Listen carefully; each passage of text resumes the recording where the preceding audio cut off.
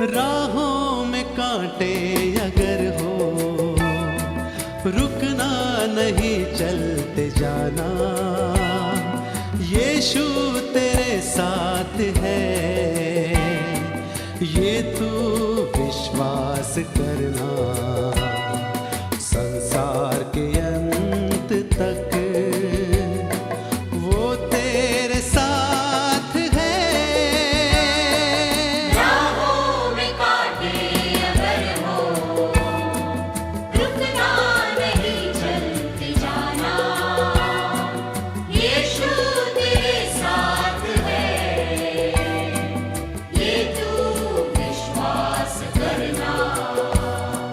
संसार के अंत तक वो तेरे साथ है।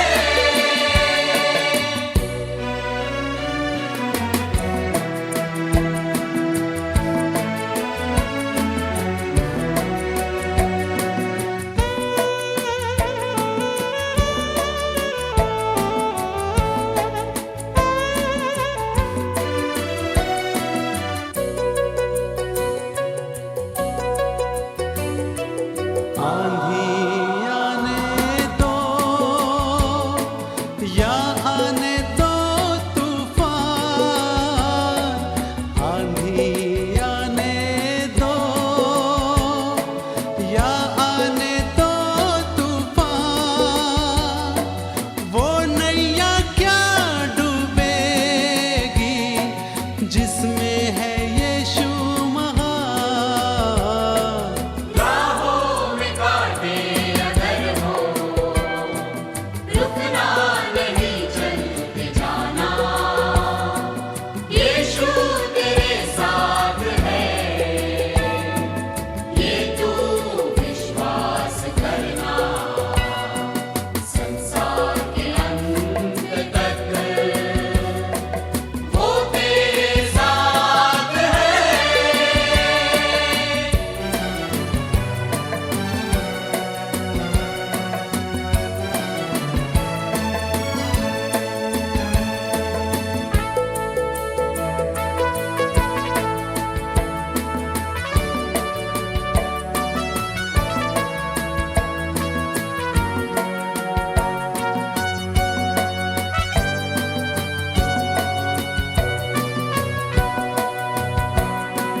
दुख से भरी है जिंदगी, मुसीबत भरे रास्ते हैं। दुख से भरी है जिंदगी, मुसीबत भरे रास्ते हैं।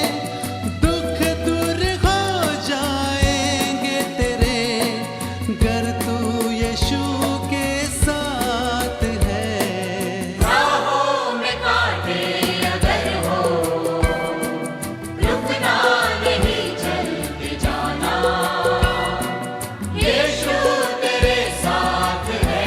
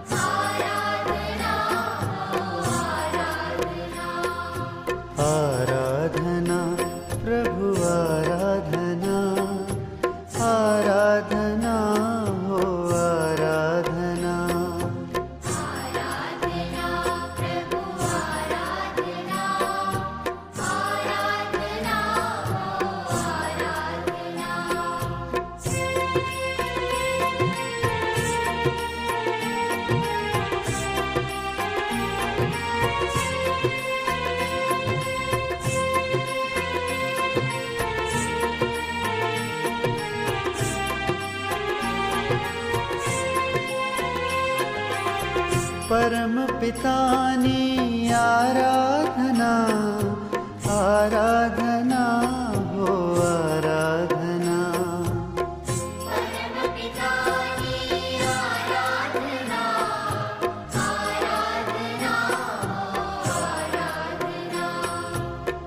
परम पितानी आराधना आराधना हो आराधना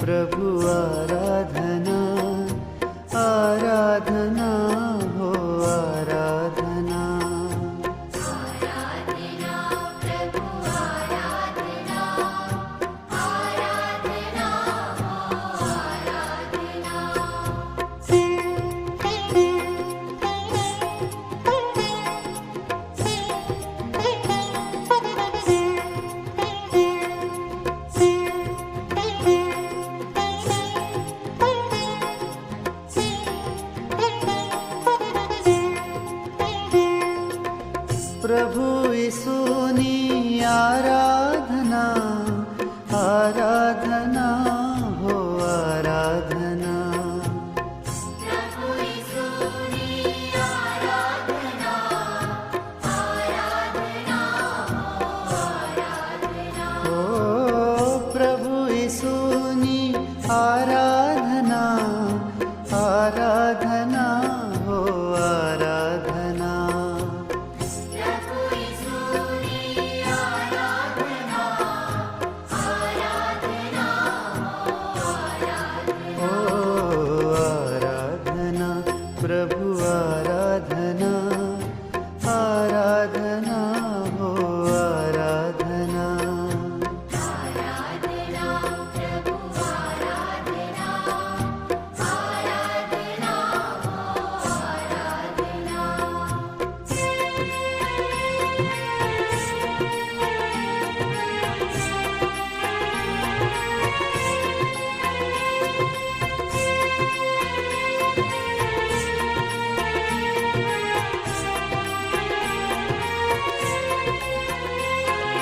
पवित्र आत्मनि आराधना आराधना हो आराधना पवित्र आत्मनि आराधना आराधना हो आराधना पवित्र आत्मनि आराधना आराधना हो आराधना पवित्र आत्मनि आराधना आराधना हो आराधना ओ आराधना प्रभु आराधना आराधना हो आराधना आराधना प्रभु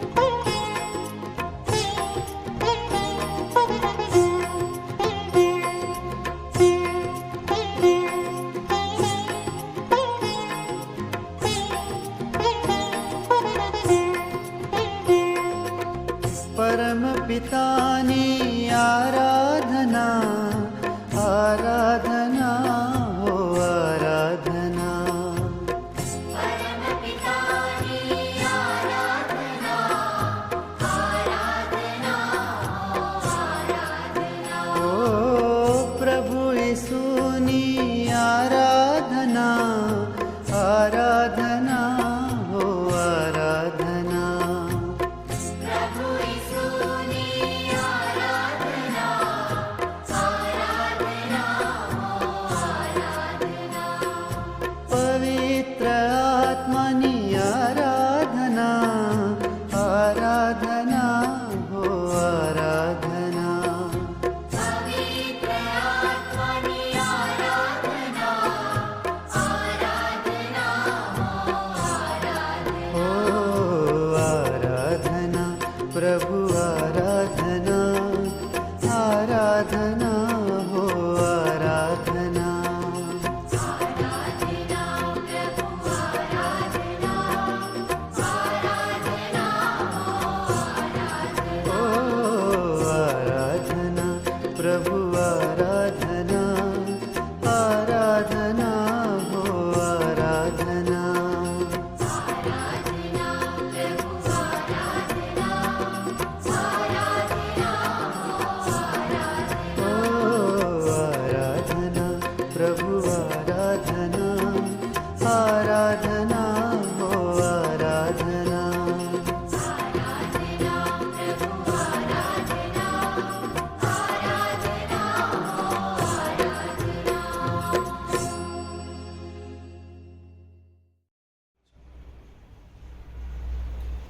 ફરી એકવાર આ રાત્રિ ઓનલાઈન બાઇબલ સ્ટડીની અંદર પ્રભુ ઈસુ ખ્રિસ્તના વિજયવંત પ્રેમીને ગૌરવ ઇનામમાં આપ સર્વનો આવકાર કરતા હું આનંદ તથા હર્ષની લાગણી અનુભવું છું. પ્રભુ અત્યાર સુધી જેમ આપણા સર્વની સાથે પાસે રહ્યા, સહાય તથા મદદ કરી, એમ આગામી દિવસોમાં પણ પ્રભુ આપ સર્વની સાથે પાસે રહે, સહાય તથા મદદ કરે, એની કૃપા આપે, એની આશીષ આપે, એવી પ્રાર્થના અને શુભેચ્છા આ સમયે હું પાઠવું છું. ગઈકાલે રાત્રે નેહેમિયાના પુસ્તકમાંથી જે આપણે શિક્ષણ પ્રાપ્ત કરવાનો પ્રયત્ન કર્યો, એમાં એ માંડવા પર્વના ઉત્સવના સંદર્ભની અંદર એ વડીલો, યાજકો અને લેવીઓ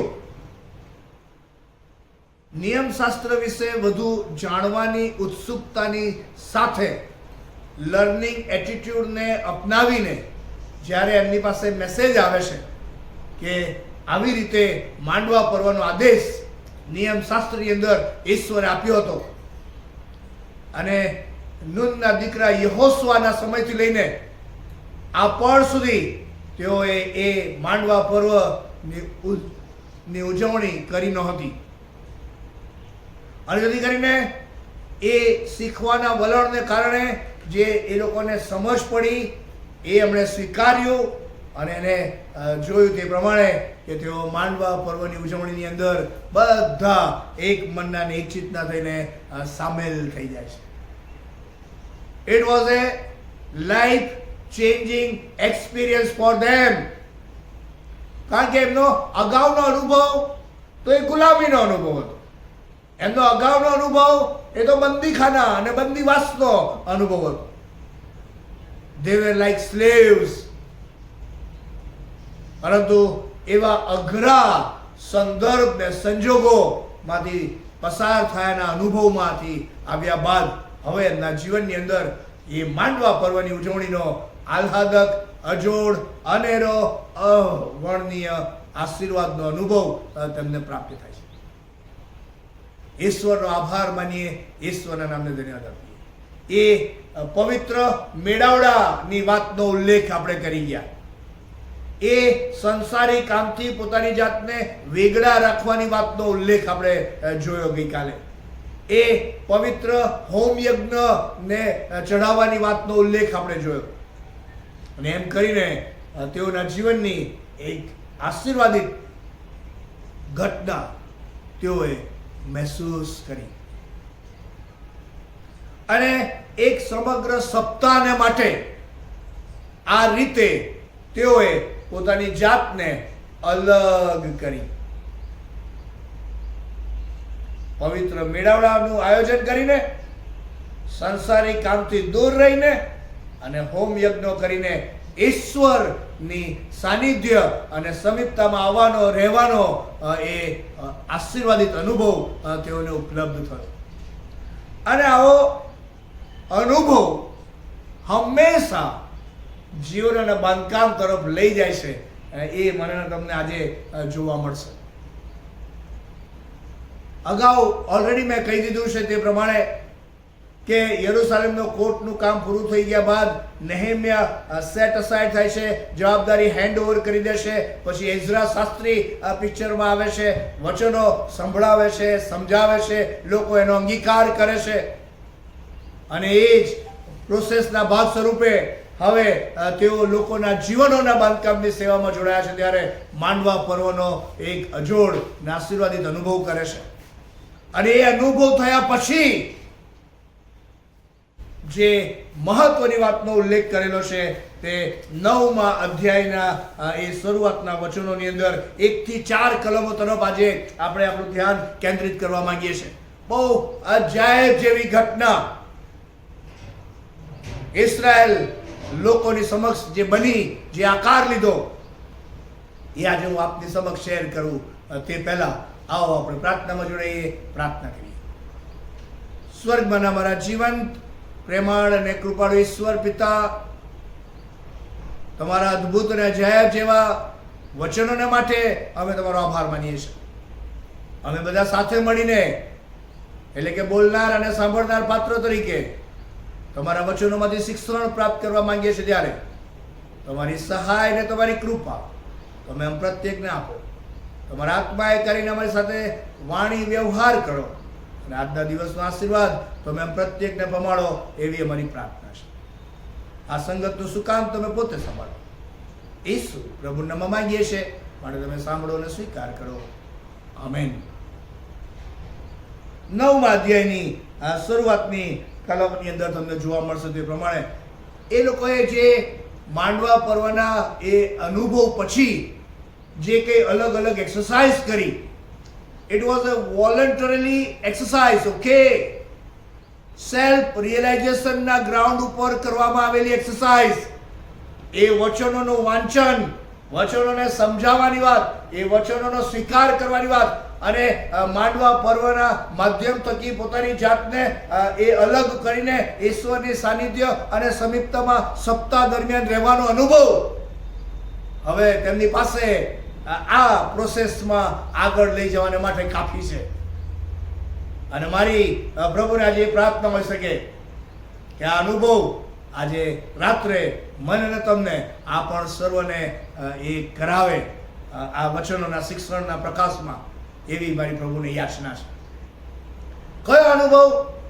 નંબર 1 લખ્યું છે તે પ્રમાણે કે એ માસને 24મે દિવસે ઇઝરાયેલી લોકો ઉપવાસ કરીને, ટાટ પહેરીને અને પોતાના પર ધૂળ નાખીને ભેગા થયા, એકત્રિત થયા. શબ્દનો ઉલ્લેખ અહીંયા કરવામાં આવ્યો છે. પણ આ વખતે જે તેઓ એકત્રિત થયા એમાં એમની આખી પ્રકૃતિ, એમના આચરણ એ અલગ અલગ જોવા મળે છે. માંડવા પર્વનો જે અનુભવ થયો સપ્તાહ દરમિયાન, એ સપ્તાહ દરમિયાનના અનુભવને આધારે જે ચોક્કસ પ્રકારની પરિસ્થિતિમાં મુકાવાનો વખત આવ્યો તેનો ઉલ્લેખ અહીંયા કરવામાં આવ્યો છે. અને લખ્યું છે તે પ્રમાણે કે તેઓ ઉપવાસ કરે છે. બાઇબલની અંદર ઉપવાસ શબ્દ પર ખાસ ભાર મૂકવામાં આવ્યો છે. જૂના કરાર અને નવા કરારમાં પણ તમને ઉપવાસ શબ્દ વારંવાર જોવા મળશે.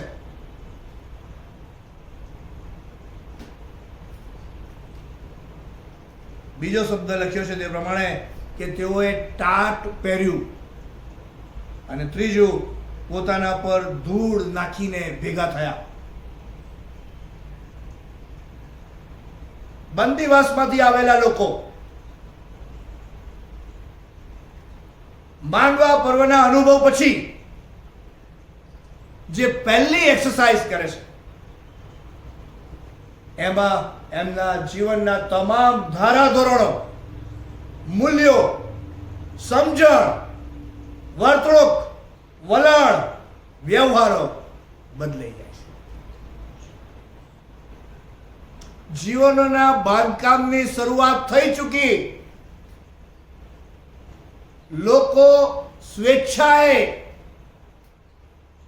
એ જે નિયમશાસ્ત્ર વાંચવામાં આવ્યું, એ સમજાવવામાં આવ્યું, એનો જે સ્વીકાર કર્યો, એના પરિણામ સ્વરૂપે એક સપ્તાહ દરમિયાન માંડવા પર્વમાં તેઓ અલગ થયા અને એ જે અનુભવ થયો એના પરિણામે એમને જે સેન્સ ઓફ રિયલાઇઝેશન થયું, that is the turning point in their life. વ્યક્તિને સ્વેચ્છાએ રિયલાઇઝ થાય એ કોઈ પણ વ્યક્તિના જીવનની અતિ ધન્ય, આનંદિત અને આશીર્વાદિત પળ હોઈ શકે. A sense of realization, પોતાની જાતને જેવા છે તેવા અનુભવવા, મહેસૂસ કરવા અને સ્વીકારવા, એ બાંધકામની પ્રક્રિયાનું અતિ મહત્વનું પગથિયું છે. પોતાની જાતને જેવી છે તેવી સ્વીકારવી. અને લખ્યું છે તે પ્રમાણે કે તેઓ એકત્રિત થાય છે અને ત્યાં આજે 3 એક્સરસાઇઝ જે લખેલી છે કે ઉપવાસ કરીને, ટાટ પહેરીને અને પોતાના પર ધૂળ નાખીને, એ જૂના કરારની પ્રણાલિકા હતી. વ્યક્તિ પોતાની પરિસ્થિતિનો ક્યાસ કાઢે, સમજે, સ્વીકારે, પાપોની કબૂલાત કરવાની તૈયારી હોય, એ અનુભવને અહેસાસ થાય, પોતાની જાતને નમ્ર કરીને ઈશ્વરના સાનિધ્યમાં જઈને એ પસ્તાવો કરે. એ એક્સરસાઇઝની અંદર સ્વેચ્છાએ ઇઝરાયલ પ્રજા જોડાય છે. ઉપવાસ કરવાની વાત.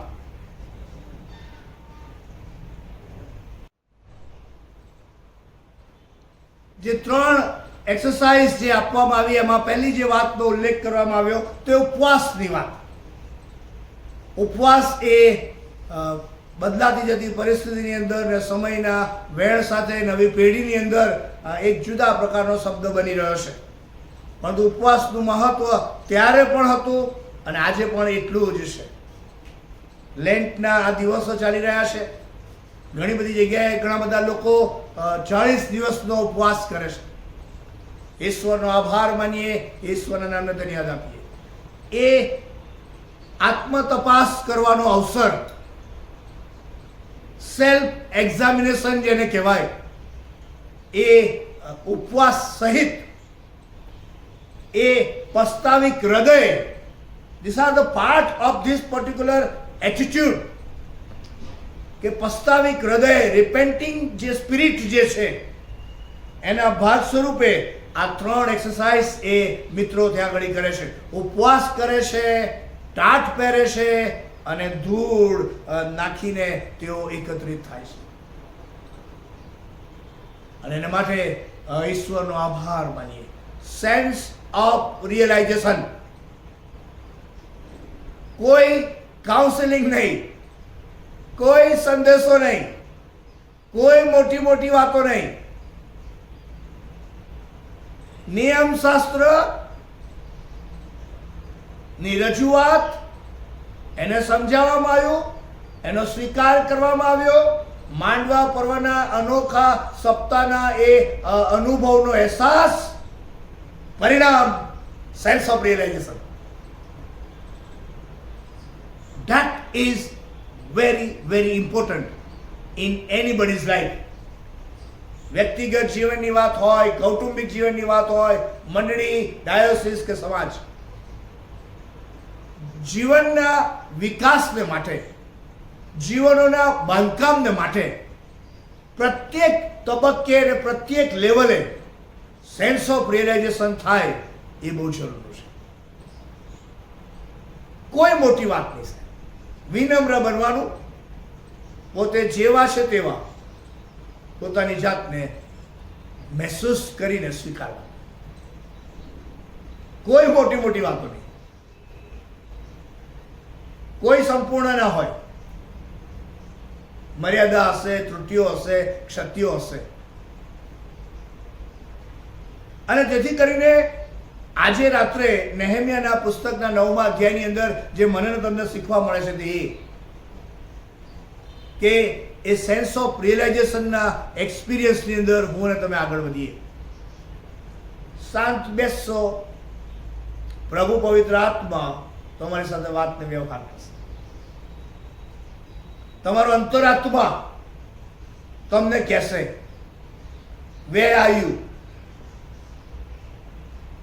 અને જો આવા એટીટ્યુડ સાથે ઉપવાસ, ટાટ પહેરવાની વાત, એ ધૂળની વાત, જે જૂના કરારનો આખો પરસેપ્શન છે, એ મિત્રો એ પરસેપ્શન સાથે સેન્સ ઓફ રિયલાઇઝેશનમાં જાય છે. પ્રવર્તમાન આપણા દિવસોની અંદર લેન્ટની મેં વાત કરી તે પ્રમાણે 40 દિવસ ઉપવાસ સાથે લોકો પોતાની જાતને એનાલિસિસ કરે છે, સેલ્ફ એક્ઝામિન કરે છે, એને આઈડેન્ટિફાઈ કરે છે. It's an exercise of spiritual renewal. આત્મિક રીતે પોતાની જાતને પુનઃ જાગૃત કરવી, પુનઃ સ્થાપિત કરવી, એને ફરી એકવાર સ્ટ્રોંગ બનાવવું, એમાં દ્રઢ થવું, એમાં મજબૂત થવું. That exercise started taking place. ઈશ્વરના લોકો જે મહાસંકટમાં આવી ગયેલા, અધમ અવસ્થામાં આવી ગયેલા, દુર્દશામાં આવી ગયેલા, એમનું જીવવું મુશ્કેલ થઈ ગયેલું, અઘરી પડનો સામનો કરેલા એ લોકો હવે સેન્સ ઓફ રિયલાઇઝેશનના એક યુનિક એક્સપિરિયન્સની અંદર સહભાગી બને છે. ખ્રિસ્તી વિશ્વાસની યાત્રામાં અને વિશ્વાસની મુસાફરીનું આ અનોખું નજરાણું હોઈ શકે, એક આશીર્વાદિત એક્સરસાઇઝ હોઈ શકે.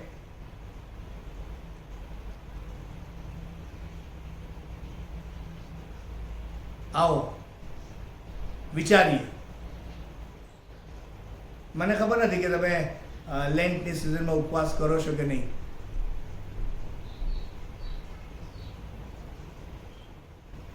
પણ I encourage you to join in that.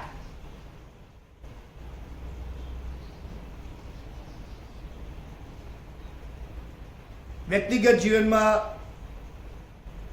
તમને એક જુદો આશીર્વાદ મળશે એવું મારું ખાતરીપૂર્વકનું માનવું છે. જો કે એક વાત કહું તમને, મને તો ઉપવાસ કરવું પરવડતું જ નહોતું. ખબર નહીં કેમ, પણ હું ઉપવાસ નહોતો કરી શકતો. 2012ની લેન્ટ સિઝન હતી, ત્યારે મને એસ વેનસડેની સર્વિસમાં વચનની સેવા માટે બોલાવવામાં આવેલો. એટલે મેં સંદેશો આપેલો,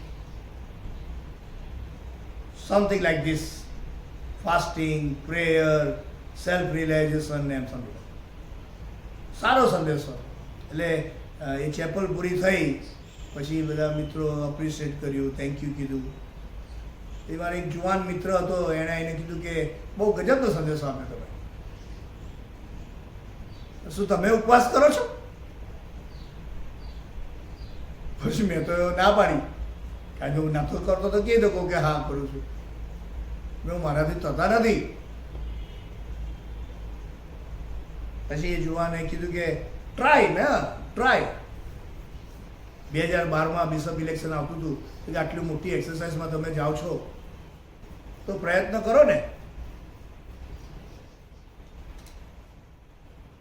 અને એ વાક્ય, એ ઉત્તેજન, એ પડકાર ને ઝીલી લઈને 2012થી એ 40 દિવસના ઉપવાસ કરવાની શરૂઆત કરી. અને એ સર્વ સમય, તે પળથી લઈને આજ દિન સુધી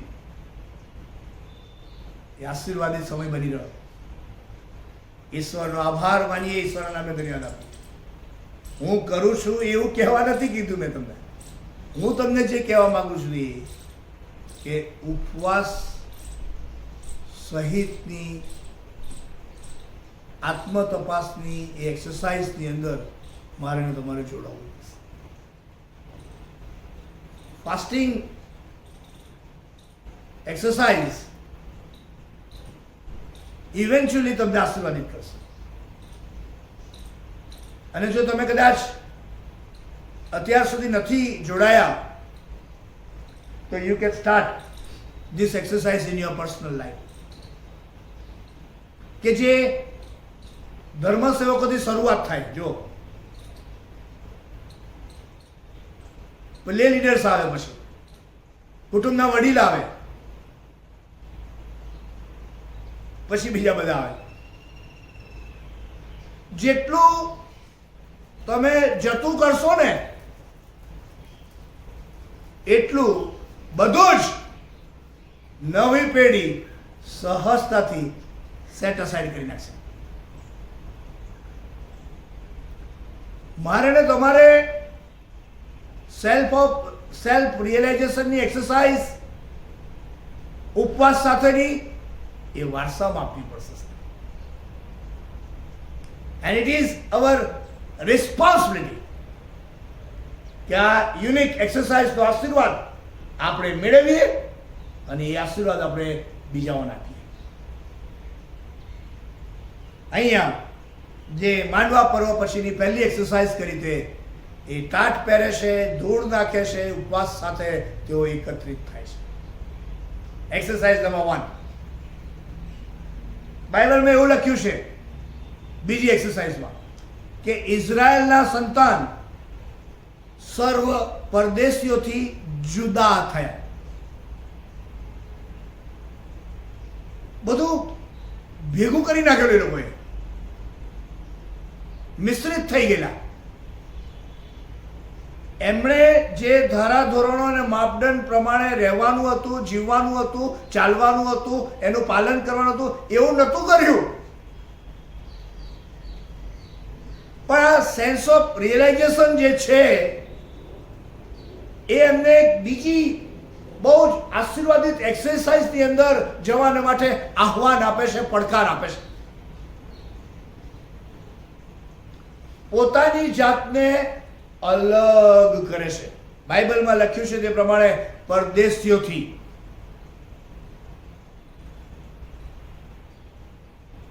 It is a big challenge before us. ઘણી બધી વખત હું અને તમે જગતના લોકોની અંદર એટલા બધા ભળી જઈએ છે કે આપણી પોતાની આઈડેન્ટિટી રહેતી જ નથી. Your identity is your blessing. તમે ખ્રિસ્તના છો, તમે વિશ્વાસુ છો, એ તમારી ઓળખ છે. તમને ઈશ્વર તરફથી મળેલો આશીર્વાદ છે. અજવાળા, આનંદ અને આશીર્વાદનો અનુભવ કરવામાં આવે માટે આપવામાં આવેલી વ્યવસ્થા છે. ખ્રિસ્તના નામથી ઓળખાવશો.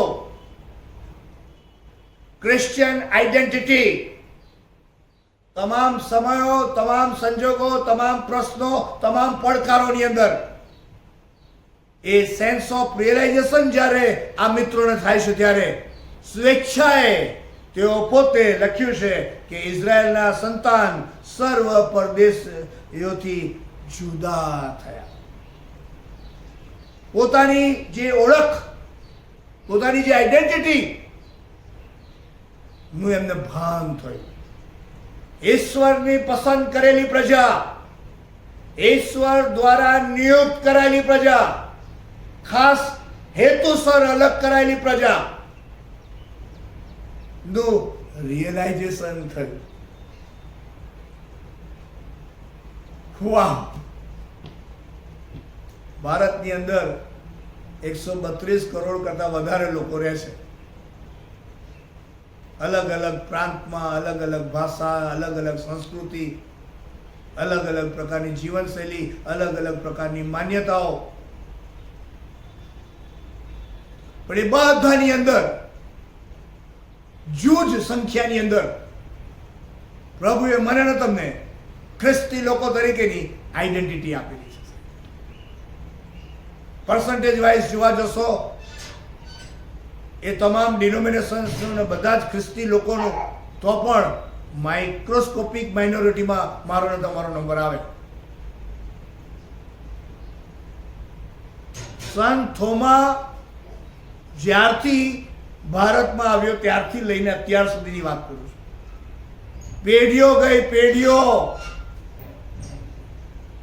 એ સાઉથ ઇન્ડિયામાં આવ્યા સંત થોમા, ત્યારથી લઈને એ વચન ને વચનની વાતો ને સુવાર્તા, એ ખ્રિસ્તનું નામ ને પ્રભુનું મંદિર ને પ્રભુનું એ સેવા કાર્ય પેઢીઓથી ચાલતું આવ્યું. સાહેબ, તમને ને મને એક નોખી આઈડેન્ટિટી આપવામાં આવી છે સાહેબ.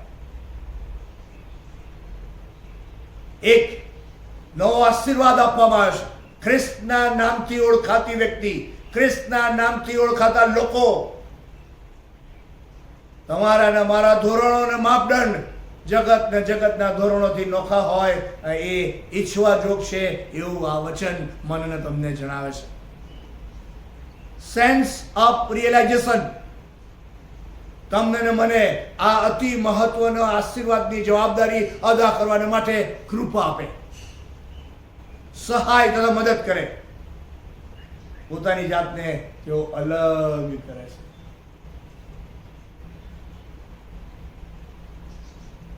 પ્રભુનું વચન એવું કહે છે કે તમારે જગતમાં રહેવાનું છે, પણ જગત ના થવાનું નથી.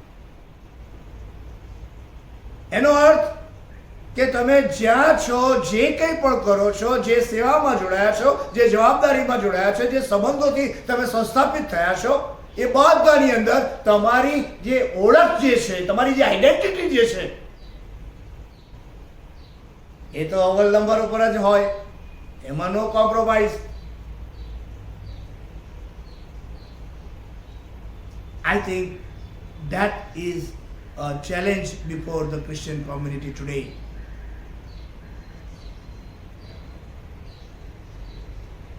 અલગ ઓળખ જીવન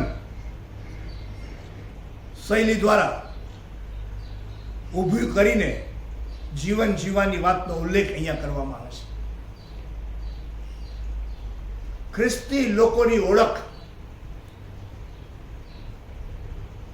ખ્રિસ્તી લોકો બહુ પ્રમાણિક હોય છે. ખ્રિસ્તી લોકો બહુ જ હાર્ડવર્કિંગ હોય છે, બહુ સિન્સિયર હોય છે. ખ્રિસ્તી લોકો બહુ વિશ્વાસુ હોય છે.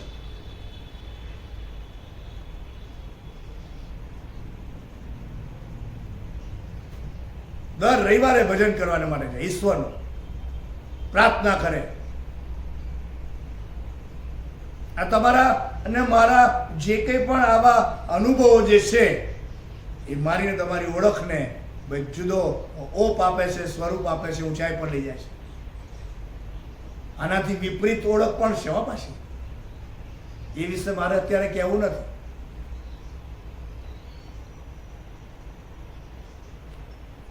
જગતના ઘણા બધા લોકોની પાસે ખ્રિસ્તી ઓળખ અને આઈડેન્ટિટીની સાચી સમજણ નથી. અને તેથી કરીને એ મારીને તમારી આઈડેન્ટિટી દ્વારા મારીને તમારે શુભ સંદેશ બીજાઓને જણાવવાનો છે.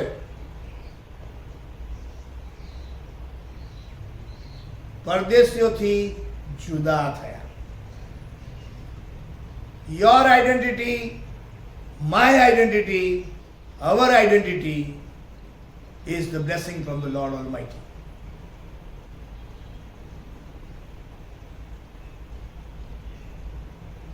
હું જે સ્કૂલની અંદર અભ્યાસ કરતો હતો 1 થી 12 ધોરણની અંદર ફક્ત અમારું કુટુંબ જ ખાલી ક્રિશ્ચિયન કુટુંબ હતું. ઓઢવ જેવા વિસ્તારની અંદર હું તો રહ્યો અને અભ્યાસ કર્યો 1 થી 12 ધોરણ. ઘરની સામે જ સ્કૂલ. આખા એ વિસ્તારની અંદર મારી સ્કૂલમાં અમે એક જ ક્રિશ્ચિયન પરિવારના 4 ભાઈ બહેનો એ સ્કૂલમાં ભણ્યા. અને પછી મારે તો સરનેમ એવી, Silvans Christian. By default you are saying that you are Christian.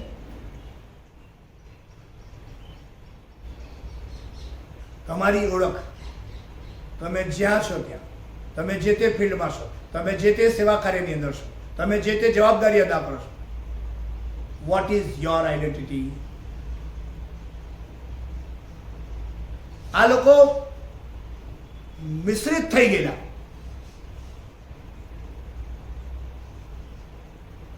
એટલી હદે મિશ્રિત થઈ ગયેલા કે એમની પોતાના ઓળખની જે અસ્તિત્વની વાત પણ ક્વેશ્ચનેબલ થઈ ગઈ. અને એ સેન્સ ઓફ રિયલાઇઝેશનના કારણે એ લોકો પોતાની ઓરિજિનલ આઈડેન્ટિટીને તેઓ બહાર લાવવા માંગે છે, પોતાની જાતને અલગ કરી રહ્યા છે. It is a serious challenge, it is a serious business, it is a serious matter. We all need to understand maturely. Mature ground ઉપર આ મેટરને સમજવાનો પ્રયત્ન કરશો. ડિટેલમાં જવું હોય તો જઈ શકાય, પણ સમયના અભાવે કદાચ બહુ ડિટેલમાં હું નથી જતો. પણ issue of the identity is a matter through out the world. આપણી ઓળખ ત્યારે અને આજે આત્મતપાસ કરીશું. ત્રીજી એક્સરસાઇઝની અંદર તેઓ જોડાયા છે કે તેઓએ ઊભા રહીને પોતાના પાપ તથા પોતાના પિતૃઓના અન્યાયો કબૂલ કર્યા. Exercise number 3. નંબર 1 એ રિપેન્ટિંગ એટીટ્યુડ સાથે પોતાની વિસરાઈ ગયેલી આઈડેન્ટિટીને હવે અલગ કરવાની સમજણ સાથે ત્રીજી મહત્વની એક્સરસાઇઝની અંદર જોડાય છે તે એ કે પોતાના તથા પોતાના પિતૃઓના અન્યાયો કબૂલ કર્યા. એમણે જે અન્યાય કરેલા, એમણે જે પાપો કરેલા એને તેઓ કબૂલ કરે છે. Acceptance, confessing their sins voluntarily.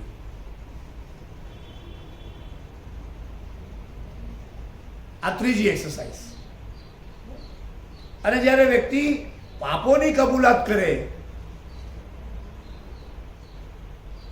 પસ્તાવી હૃદયે, ત્યારે એ એના જીવનની પરાકાષ્ઠા હોય છે.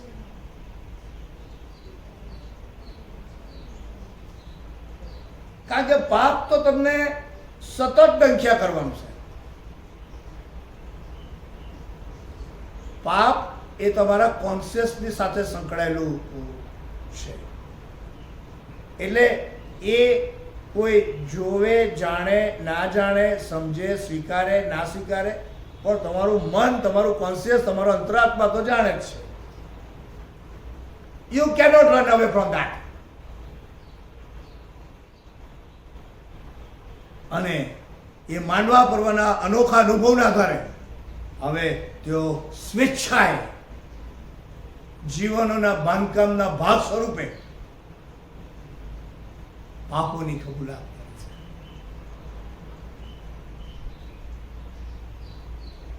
કન્ફેસિંગ their sins. પાપોની કબૂલાત શબ્દ અને એક્સરસાઇઝ એ જીવનની હકારાત્મક એક્સરસાઇઝ છે.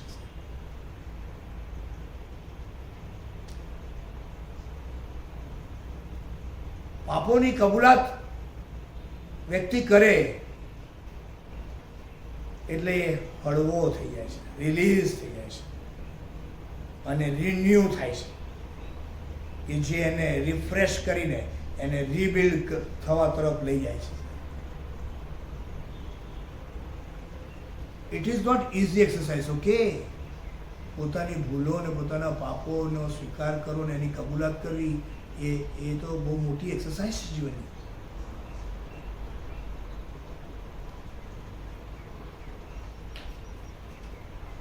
પોતે કરેલી ભૂલ, પોતે કરેલા પાપની કબૂલાત હવે તેઓ કરે છે.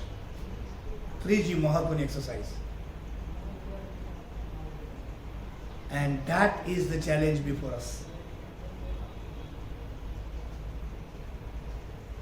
એક કુટુંબની મુલાકાતે હું ગયો હતો. પરિચિત કુટુંબ હતું, વર્ષોથી કુટુંબ સાથેનો અનુભવ ને સંબંધ હતો. એટલે કુટુંબના મોભી વડીલ એક દાદા પથારીવશ હતા, બેડરીડન, બરોડામાં રહે. હું મુલાકાતે ગયો. પછી બધા જ કુટુંબીજનને એમણે બહાર જવાનું કીધું કે મારે આમની સાથે વાત કરવી છે. અને બધા બહાર ગયા પછી એમણે મારી સાથે વાત કરતા એવું કીધું કે કોઈને નથી ખબર, પણ આજે મેં જીવન દરમિયાન કરેલી ભૂલો અને પાપોની કબૂલાત કરવા માંગુ છું. રડતા જાય ને કબૂલ કરતા જાય, રડતા જાય ને કબૂલ કરતા જાય. હું તો જુવાન છોકરો હતો, એકદમ નાનો, એ તો વડીલ મોટા ઉંમરના. બેડ પરિસ્થિતિમાં sense of realization led him to self confession. પાપોની કબૂલાત સ્વેચ્છાએ કરવા તરફ એને લઈ ગયા. He was released then. He was released then. આવા તો કેટલાય અનુભવ આપને હશે. કન્ફેસિંગ,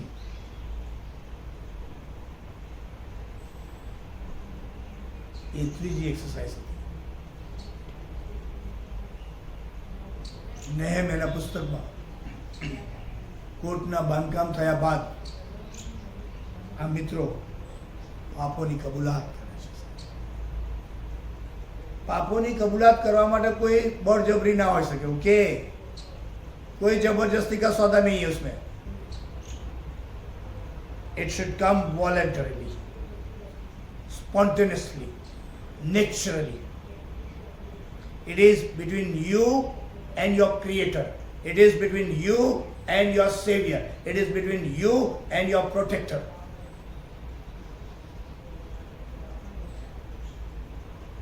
પાપોની કબૂલાતની એક્સરસાઇઝમાં તો સાહેબ બીજું કોઈ વચ્ચે પિક્ચરમાં આવતું જ નથી.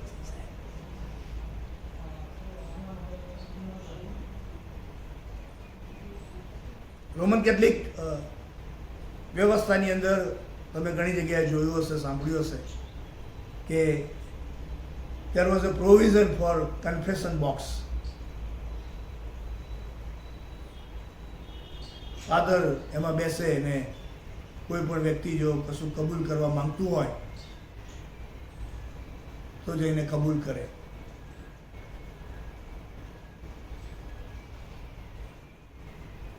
મારે તમારે કન્ફેશન બોક્સમાં જવાની જરૂર નથી.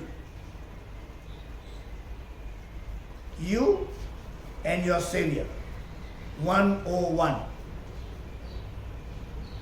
You don't require anybody.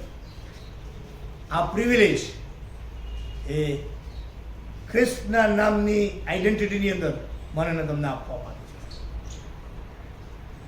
જે દેવ એટલે કે ઈશ્વર અને પાપી લોકો વચ્ચે જે આડી દિવાલ હતી એ તારનાર પ્રભુ ઈસુ ખ્રિસ્તની અંદર પાડી નાખવામાં આવી છે સાહેબ. અને માટે દેવની સાથે સમાધાન કરવામાં આવ્યું છે. માટે તેની સાથેના સંબંધની અંદર મને તમને પુનઃસ્થાપિત કરવામાં આવ્યા છે. માટે એક નવી ઓળખ આપવામાં આવી છે. અને માટે હું અને તમે સીધા જ એ ઈશ્વર સાથેના સંબંધની અંદર પુનઃસ્થાપિત થઈ શકીએ છીએ. અને એના માટેનું પ્રોવિઝન આપ્યું છે યોર કન્ફેશન. ક્યાં કોણ કેવું છે, શા માટે કોઈના માટે બોલવાની જરૂર? કહો, હું જ કેવો છું આટલું જ મને ભાન થાય ને સાહેબ, આટલું જ મને રિયલાઇઝ થાય ને તો જીવન ધન્ય થઈ જશે.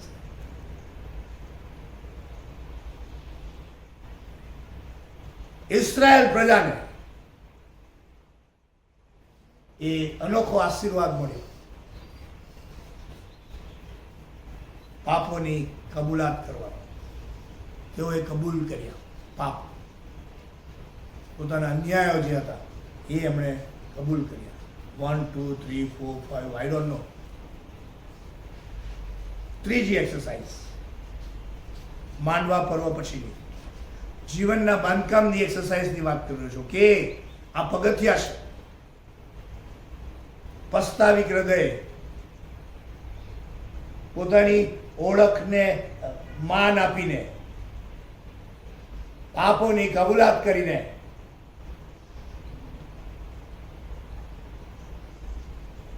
આજનું આ સેશન મને ને તમને એક જુદા ઊંચાઈ પર લઈ જાય એવી મારી પ્રાર્થના અને શુભેચ્છા છે. ચોથી વાત, તેઓએ પોતાની જગ્યાએ ઊભા રહીને એક પહોર સુધી પોતાના ઈશ્વર યહોવાના નિયમશાસ્ત્રનું પુસ્તક વાંચ્યું. ચોથી એક્સરસાઇઝ. જ્યારે માણસને રિયલાઇઝેશન થાય એટલે એના બધા જ ધોરણો બદલી જાય. પછી એને પ્રભુ જ કૃપા આપે પ્રભુ જેને દિશા આપે, દર્શન આપે, સમજણ આપે, સ્પષ્ટતા આપે, ડિઝાઇન આપે, બધું જ લખ્યું છે તે પ્રમાણે કે પાપોની કબૂલાત કર્યા પછી તેઓ એક પહોર સુધી પોતાના ઈશ્વર, કારણ કે અત્યાર સુધીનો જે અગાઉનો અનુભવ હતો એમાં મિશ્રિત અનુભવ હતો, હવે પોતાના ઈશ્વર યહોવાના નિયમશાસ્ત્રનું તેઓએ પુસ્તક વાંચ્યું, નિયમશાસ્ત્રનું વાંચન કર્યું. Again, the focus is upon the word of God. નિયમશાસ્ત્ર પર એ ફોકસ કરવામાં આવ્યું, એ અગ્રિમતા આપવામાં આવી.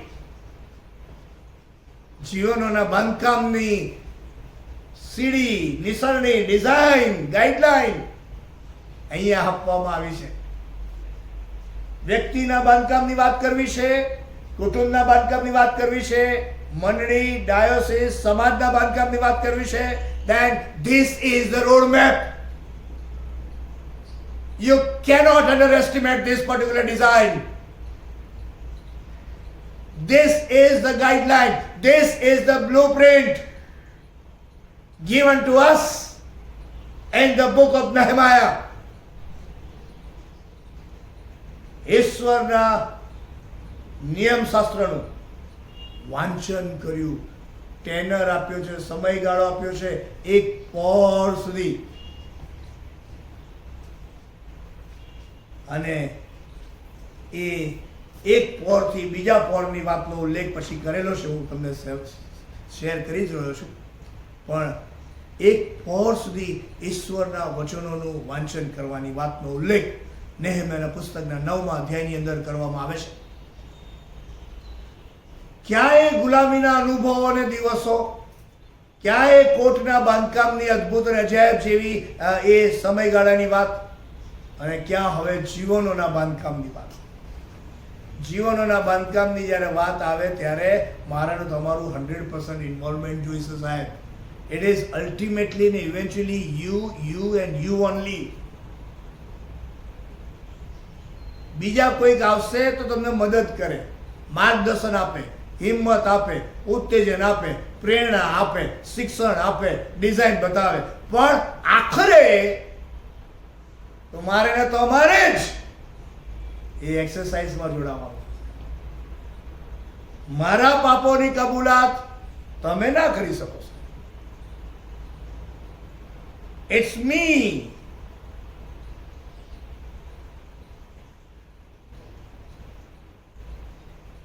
That is a very, very personal exercise.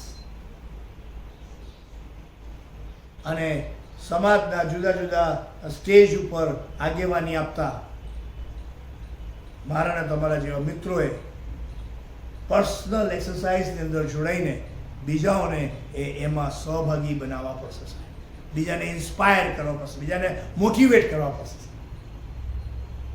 અને એ નિયમશાસ્ત્ર દ્વારા એ એક્સરસાઇઝ સરળ બની શકે તેમ છે. પ્રભુના વચનોનું વાંચન કરવું એની ચળવળ તરીકે મારે ને તમારે લેવી પડશે. ઘરે ઘરે પ્રભુનું વચન, નિયમિત સ્તરે પ્રભુનું વચન, મંડળીએ મંડળીએ પ્રભુનું વચન. કારણ કે દરેક સમયે તમે પ્રભુનું વચન વાંચશો તો દરેક સમયે પ્રભુ એને આત્માએ કરીને કંઈક નવું જ તમને શીખવશે,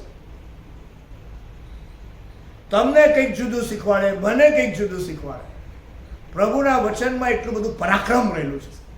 પ્રભુના વચનો તમારી જે તે પરિસ્થિતિ ને સંદર્ભ ને સંજોગો ને પ્રશ્નો ને પડકારો હોય એમાં રહીને મારી તમારી સાથે વાતને વ્યવહાર કરે છે.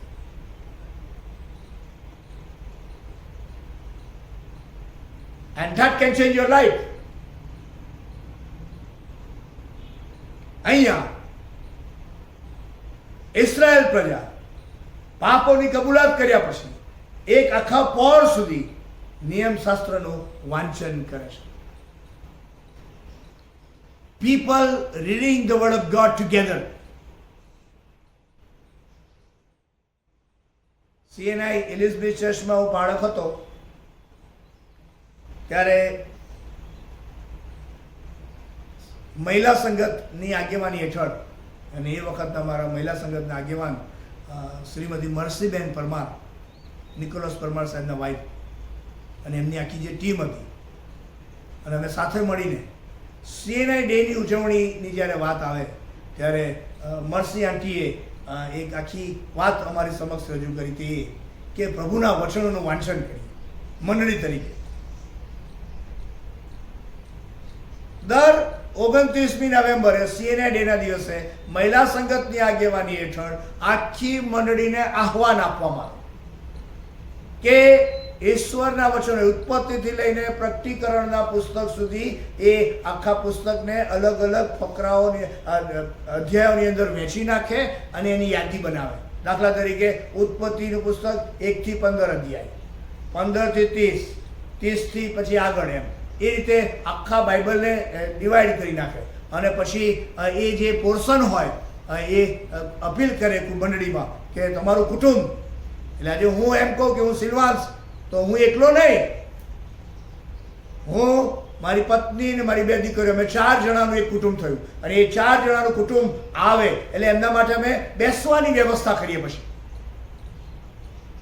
અને પછી એ કુટુંબીજનો સાથે મળીને એમને જે પોર્શન અલોટ કરવામાં આવ્યો હોય એ પોર્શનનું વાંચન તેઓ સાથે મળીને કરે. દર 29 નવેમ્બર CNI ડેની ઉજવણીના ભાગ સ્વરૂપે અમે પ્રભુના વચનોનું વાંચન CNI એલિઝબેથ ચર્ચમાં કરવાનું શરૂ કર્યું. અને તેથી કરીને મારી સમાજને અપીલ છે, મારી ધર્મ સેવકો, બાળક સાહેબોને અપીલ છે, અરે ઇવન લે લીડર્સને મારી અપીલ છે, કુટુંબના વડીલોને મારી અપીલ છે કે તમે પ્રભુના વચનોનું વાંચન પદ્ધતિસરનું થાય, રીતસરનું થાય, એ માટેના મેક્સિમમ પ્રયત્ન કરવામાં આવે. જ્યાં જ્યાં પ્રભુનું વચન રજૂ થશે ત્યાં ત્યાં પ્રભુનું કામ થશે, થશે અને થશે. બાઇબલમાં એવું લખ્યું છે. 2 દિવસ પહેલા જે વચન મેં આપેલું એમાં સેમસન ક્રિશ્ચિયન કે જે USA રહે છે એમણે એક કોમેન્ટ કરેલી, જો તમે યાદ હોય. એમણે એવી ડિઝાઇન પ્રમાણે દર વર્ષે એક વખત બાઇબલ વાંચવાની ડિઝાઇન તૈયાર કરી અને એમણે 26 કરતાં વધારે વખત બાઇબલ વાંચ્યું. ઉત્તેજન મળે માટે એમણે એવું લખેલું કે તમને ઉત્તેજન મળે માટે આ લખું છું. Praise God for that. એલિઝબેથમાં હું બાળક હતો ત્યારે જ 3 મહિનામાં એ બાઇબલ વાંચન કેવી રીતે પૂરું કરવું, 6 મહિનામાં કેવી રીતે પૂરું કરવું, એ આખી ગાઈડલાઇનની સ્ક્રિપ્ટ તૈયાર કરીને અમે મંડળીના બધા લોકોને આપેલી. બાઇબલ સોસાયટી ઓફ ઇન્ડિયા એ દૈનિક વાંચન પત્રની પત્રિકા તમને મોકલાવતા હશે. આ બધો લોકો તો ખાલી પ્રયત્ન કરીને તમને માર્ગદર્શન આપી શકે, દોરવણી આપી શકે, nothing else. Ultimately and eventually તમારે પોતે પ્રભુના વચનો વાંચવા પડશે. એક નિખાલસ ને નમ્ર ભાવે પ્રમાણિકતાના ધોરણે જો ખ્રિસ્તી સમાજના આપણે CNI ની જો વાત કરવાની હોય તો CNI ની મંડળીના, CNI ના કુટુંબોનો સર્વે કરવામાં આવે તો કેટલા બધા લોકો એ બાઇબલ હજુ આખું નહીં વાંચ્યું હોય. આપણે વાંચ્યું છે? જવાબદાર કહો. હા, યુ આર ધ બેસ્ટ જજ, યુ ડિસાઇડ. ઈશ્વરનું વચન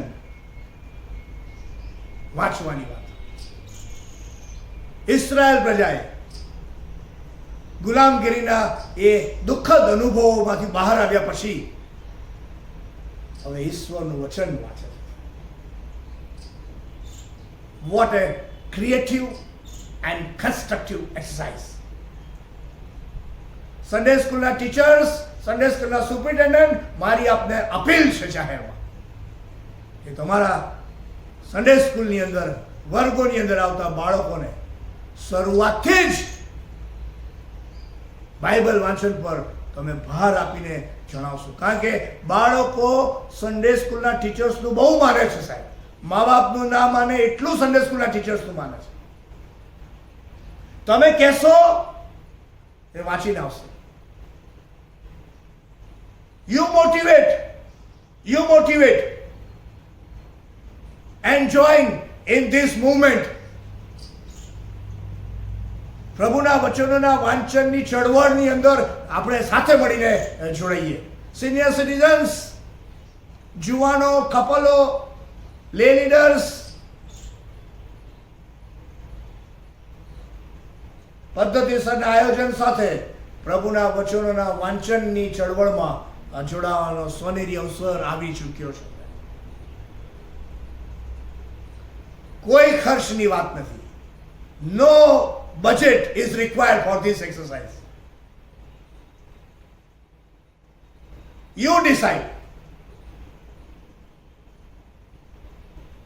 તમે ઈચ્છો ત્યાં વાંચી શકો, તમારા ઘરે વાંચી શકો, તમારી ઓફિસમાં વાંચી શકો, તમારા પ્રભુ મંદિરમાં જઈને વાંચી શકો. You decide. Choice is yours. And your choice will lead you to the blessings, if at all it is a positive one. ઇસ્રાયેલ લોકોએ પાપોની કબૂલાત કર્યા પછી પ્રભુના વચનો વાંચ્યા.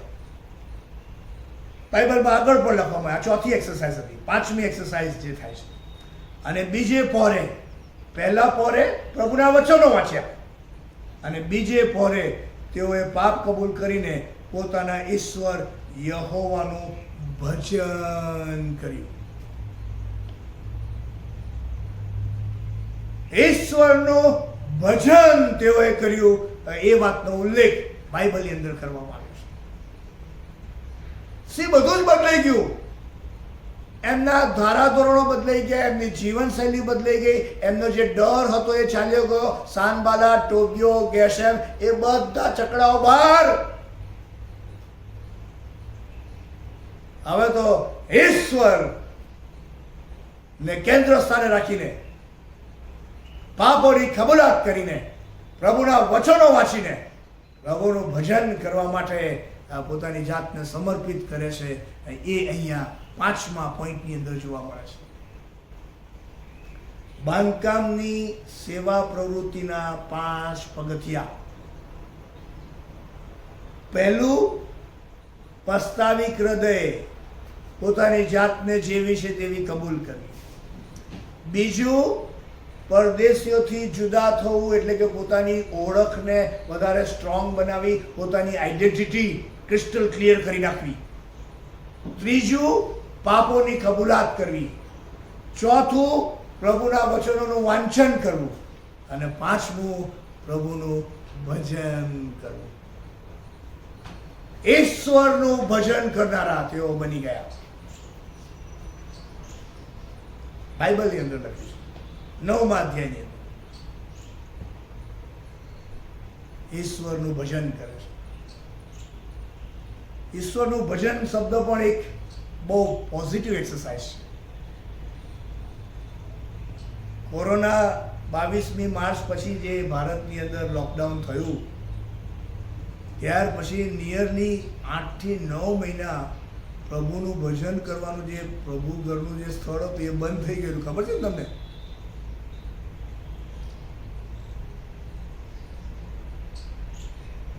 કુદરતે બંધ કરી. કુદરતે પરિસ્થિતિ જેવી સર્જી કે મારી તમારી ઈચ્છા હોય તો પણ પ્રભુના ઘરમાં નતા જઈ શકતા. ઈશ્વરનો આભાર માનીએ કે એવી પળોની અંદર પ્રભુએ ગુજરાત ડાયોસિસને એ દર્શન આપ્યું અને ઓનલાઈન મિનિસ્ટ્રી શરૂ થઈ કે જેથી કરીને આપણે ઘરે ઘરે પ્રભુનું ભજન કરી શકીએ. ઘરે ઘરે સાહેબ, કુટુંબીજન સાથે. બહાર તો લોકડાઉન, બહાર જવાય નહીં, એટલે ઘરે ઘરે પ્રભુનું ભજન કરવાની શરૂઆત થઈ. Praise the lord for that. પછી જેમ જેમ કોરોનાના સંક્રમણની સંખ્યા ઘટતી ગઈ આપણે દેવળોની શરૂઆત કરી છે, ત્યારે પણ કરી રહ્યા છે સરકારશ્રીની ગાઈડલાઈન પ્રમાણે, કે જેથી કરીને બધા સાથે મળીને કોર્પોરેટ વર્શિપની અંદર લોકો જોડાય, ઈશ્વરનું ભજન કરવાનું. ઓનલાઈન સર્વિસની અંદર આપણે શું કર્યું કે જે મિત્રોએ બહુ જ મહેનત કરીને પૈસાનું ઇન્વેસ્ટમેન્ટ કરીને જે કેસેટો તૈયાર કરેલી પોતાના માટે, પોતાની વ્યવસ્થાઓના માટે, એ કેસેટોના ગીતો આપણે વગાડ્યા ઈશ્વરનું ભજન કરવાના ભાગ સ્વરૂપે. થેન્ક ગોડ, જાહેરમાં એ તમામ સિંગર્સનો અને તમામ જેમણે કેસેટ્સ તૈયાર કરેલી ને જે ઉદારતા રાખવીને જે પરમિશન આપવામાં તેઓએ કોઈ જગ્યાએ વાંધો ના ઉપાડ્યો. Thank you so much. I appreciate all of them. ઘણા બધા નામો દઈ શકાય, એકનું દઈશ ને એકનું રહી જશે તો મુશ્કેલ થઈ શકે, પણ એ તમામ જેટલા સેવકો એવું માની લઈએ કે પ્રભુએ તમને અદ્ભુત અને જૈબ જે રીતે તમારા તાલંતોનો, તમારા સમર્પણનો, તમારી સેવાઓનો ઉપયોગ કર્યો લોકડાઉનની અંદર એ કેસેટના માધ્યમ દ્વારા, કેવા કેવા અદ્ભુત ને સુંદર એવા ગીતોની રચના કરી છે. Thank God for our musicians and our singers.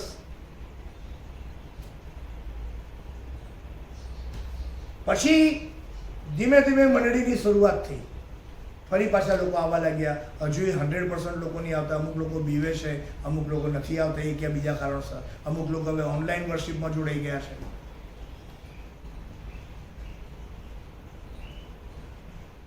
દેવળમાં choir was not allowed, એટલે દેવળમાં આવ્યા પણ પેલું કેસેટ મૂકતા હતા એટલે અધૂરું લાગતું છે.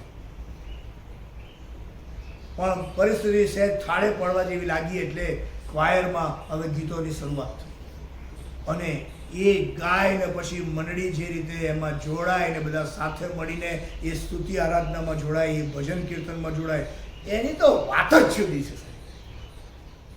ઈશ્વરનું ભજન કરવાની વાતનો ઉલ્લેખ નેહમ્યાના આ પુસ્તકના 9મા અધ્યાયની અંદર કરવામાં.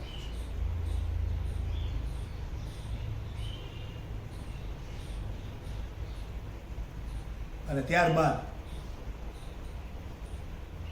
જે કહીને હું બંધ કરવા માંગુ છું આટલું છે કે 5 એ બાંધકામની સેવા પ્રવૃત્તિની પગથિયાની વાતનો ઉલ્લેખ કર્યા પછી 5 વાતો મેં કહી. નંબર 1, પસ્તાવિક હૃદય, પોતાની જાતને તૈયાર કરવી, રિયલાઇઝ કરવું, સેન્સ ઓફ રિયલાઇઝેશનની વાતનો ઉલ્લેખ કર્યો.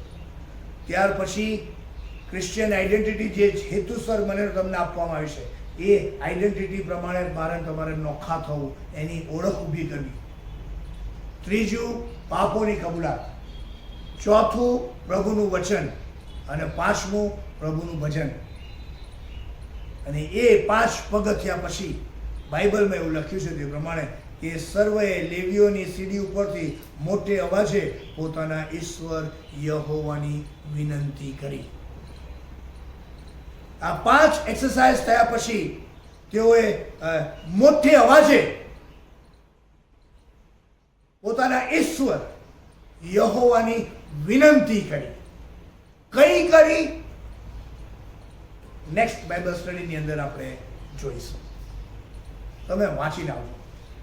એ વિનંતી જે છે, એ વિનંતીના જે શબ્દો જે છે એ તમે વાંચો, અને એ વિનંતી તમારા જીવનની વિનંતી બને એ રીતે તમે વાંચજો, એ ભાવ સાથે, એ લાગણી સાથે તમે એમાં જોડાઓ, એવી મારી વિનંતી છે. ઈશ્વરનો આભાર માનીએ આ પળને માટે. 5 અલગ અલગ વાત નેહમ્યાના 9મા અધ્યાયના પ્રથમ 3 વચનોના આધારે આપની સાથે શેર કરી છે. આ 5 પગથિયાનો અનુભવ કરવા માટે પ્રભુ મને, તમને, આ પણ સર્વને એક સરખી રીતે સહાય તથા મદદ કરે, એવી મારી પ્રાર્થના અને શુભેચ્છા. God be with you and God bless you, friends. Thank you so very much, and God, let the Lord Almighty use you mightily for His glory. Once again, thank you so very much. પ્રાર્થનામાં જોડીએ. જીવનના સ્વામી, જીવનોના બાંધકામની સેવા પ્રવૃત્તિના ભાગ સ્વરૂપે 5 પગથિયાની design જે તમે અમને આપી, તમારો આભાર માનીએ છીએ, તમારા નામને ધન્યવાદ આપીએ છીએ. આ ડિઝાઇનના સંદર્ભમાં તમે અમને આત્મતપાસ કરવા માટે તમારી કૃપા આપો, તમારી આશીષ આપો, તમારી સહાય અમને આપો, એવી અમારી અરજ છે. અમે જેવા છે તેવા તમારા હાથોમાં અમારું જીવન સોંપીએ છીએ. તમારી આશીષ અમને આપજો. અમારી સાથે વાત ને વ્યવહાર કરવાનું ચાલુ રાખજો અને તમારા મહિમાના પાત્ર તરીકે તમે અમને વપરાશમાં લો, એવી અમારી પ્રાર્થના છે. ઈસુ પ્રભુના નામમાં માંગીએ છીએ, માટે તમે સાંભળોને સ્વીકાર કરો. આમેન. હવે આપણા તારનાર પ્રભુ ઈસુ ખ્રિસ્તની કૃપા, ઈશ્વર પિતાનો પ્રેમ અને પ્રભુ પવિત્ર આત્માની સંગત આ પણ પ્રત્યેકની સાથે, તેના વાલા સર્વ લોકની સાથે હમણાંથી સદા સર્વકાળ સુધી હોજો. આમીન. फिर मैंने आसमान और ज़मीन के नीचे की और समंदर की सब मखलूक़ात को, यानी सब चीज़ों को जो उनमें हैं, कहते सुना कि जो तख्त पर बैठा है उसकी और बर्रे की हम्द और इज़्ज़त और तमजीद और सल्तनत अब्दुल-आबाद रहे.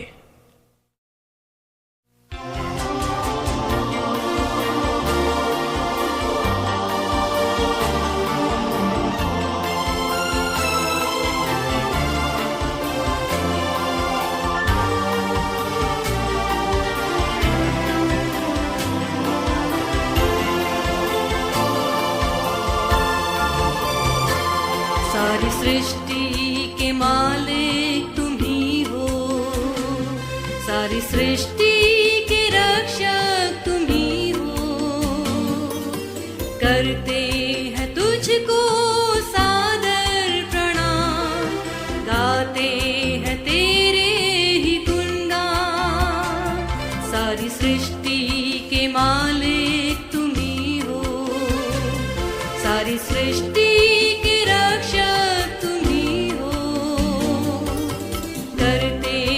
तुझको सादर प्रणाम, गाते हैं तेरे गुणगान.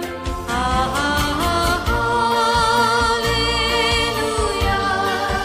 Hallelujah, hallelujah,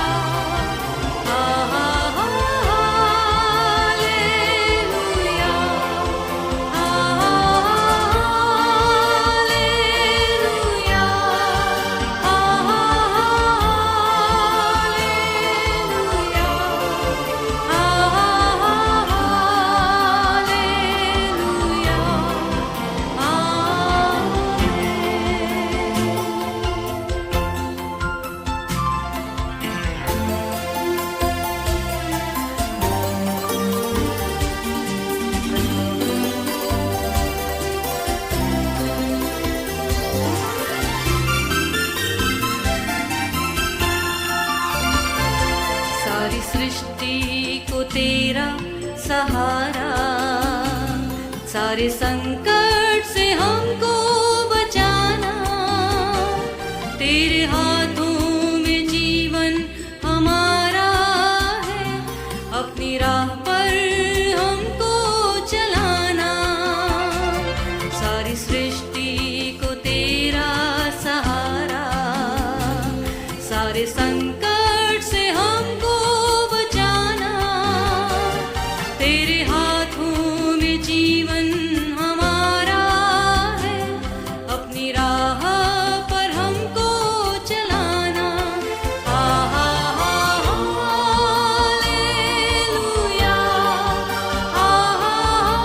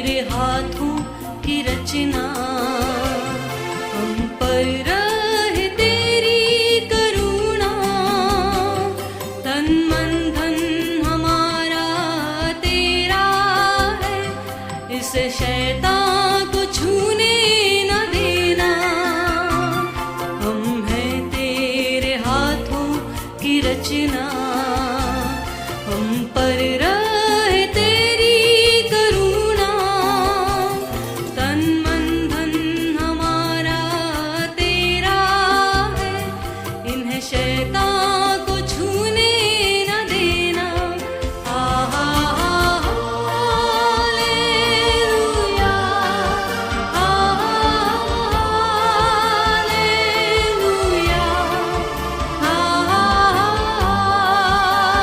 hallelujah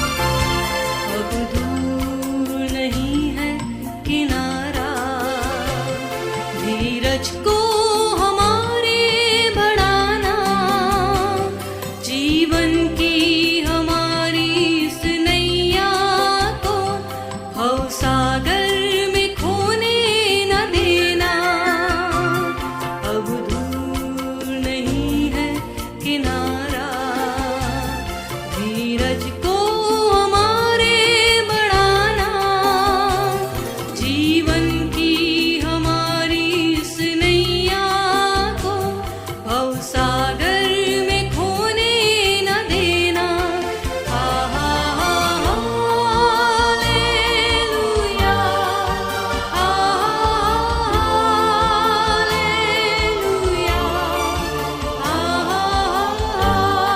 hallelujah hallelujah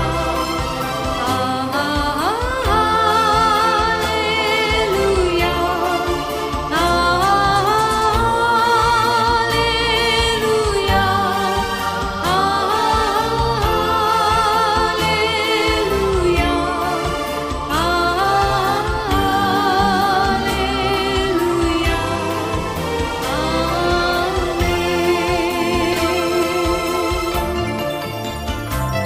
सारी सृष्टि को मालिक तपैला सारा सृष्टि को रक्षक तपैला हमरो हृदय समेत ले आदर प्रणाम सदैव होस तपै को गुणगान सारा सृष्टि को मालिक तपैला